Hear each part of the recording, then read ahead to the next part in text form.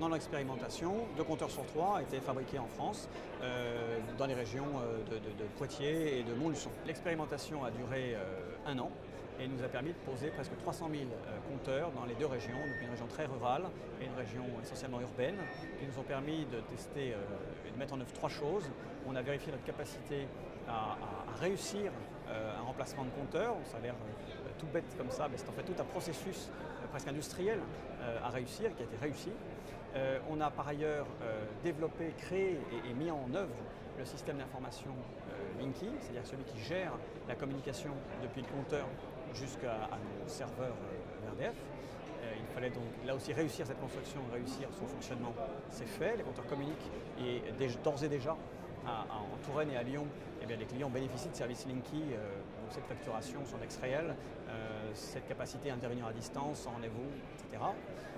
Et enfin, le déploiement, cette expérimentation servait à valider des hypothèses économiques qui étaient des hypothèses papier, qu'on a vérifiées sur le terrain. On connaît les coûts de pause, on connaît les coûts d'achat, on connaît les temps de pause, ce qui fait qu'aujourd'hui, on est en mesure d'estimer le coût total de l'opération et donc de présenter un plan complet au pouvoir public pour leur permettre de prendre une décision en toute sérénité.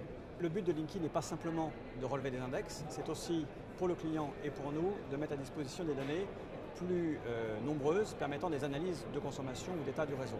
Donc ça permet effectivement de mieux connaître ce qui se passe sur le réseau, mais aussi au client de relever ce qu'on appelle sa courbe de charge, c'est-à-dire de suivre pour lui précisément l'évolution de sa consommation au pas de 30 minutes, c'est ce qui a été décidé, mais ça pourrait descendre plus bas si les clients le souhaitaient, si la concertation autour de ça le souhaitait, ou ça pourrait remonter plus haut s'ils le souhaitaient. Nous sommes au service du client et nous adaptons aux demandes qui sont exprimées par la société.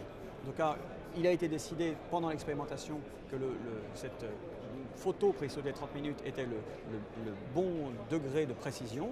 Et ça donne donc déjà une idée d'une espèce de profil de consommation au client où il visualise facilement ses pics et ses creux de consommation.